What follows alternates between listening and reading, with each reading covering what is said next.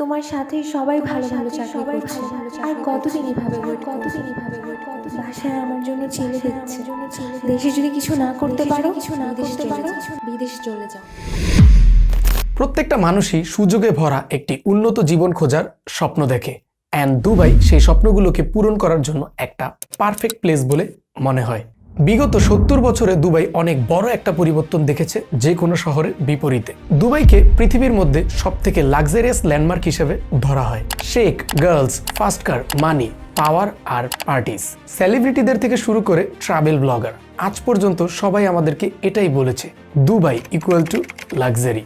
Burj আল আরবের 7 star room থেকে শুরু করে বুর্জ খলিফার ফাউন্টেন, সবকিছু টপ ক্লাস।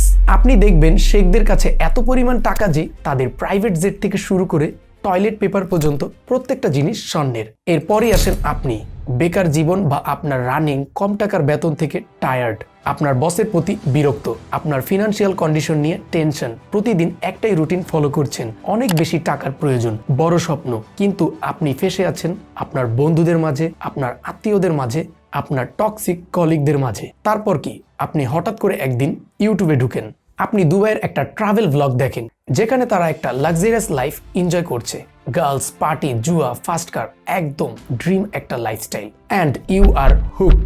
দ্যাট মিনস আপনি এটার মধ্যে ফেসে যান। এরপর প্রথম ব্লগ থেকে দ্বিতীয় ব্লগ, দ্বিতীয় ব্লগ থেকে তৃতীয় ব্লগ।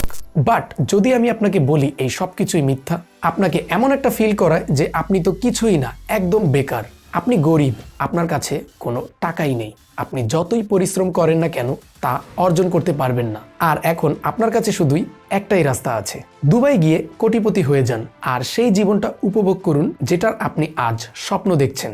ভিডিওতে এই ছবিটি একটু গেস করেন, এটা কোনো গরিব দেশ বা বাংলাদেশের রোহিঙ্গা ক্যাম্প নয়, এটা দুবাইতে থাকা শ্রমিকদের জায়গা।